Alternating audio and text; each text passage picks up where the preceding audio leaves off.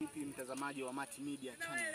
Jina langu ni Habibu Mkanula na leo nimekuja kuletea faida za mpira wa wavu, ambapo kuna faida mbalimbali ambazo nimekusogezea hapa na wewe uweze kujua mtazamaji. Na faida ya kwanza ni kuongeza furaha.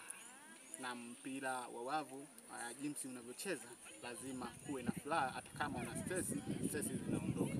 Faida ya pili, inaimarisha mifupa na misuli.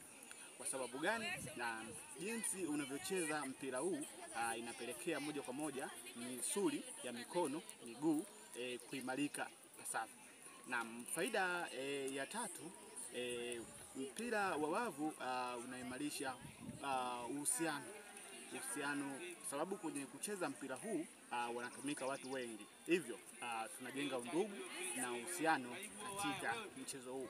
Na sasa hivyo na leo nimekuletea hizo tu, na mengi faida, kati ya faida nyingi leo nimekuletea faida hizo ambazo siku nyingine nitakusogezea kadri ya siku zinavyozidi kwenda. Jina langu ni Habibu Mkanula na hii ni Mati Media Channel.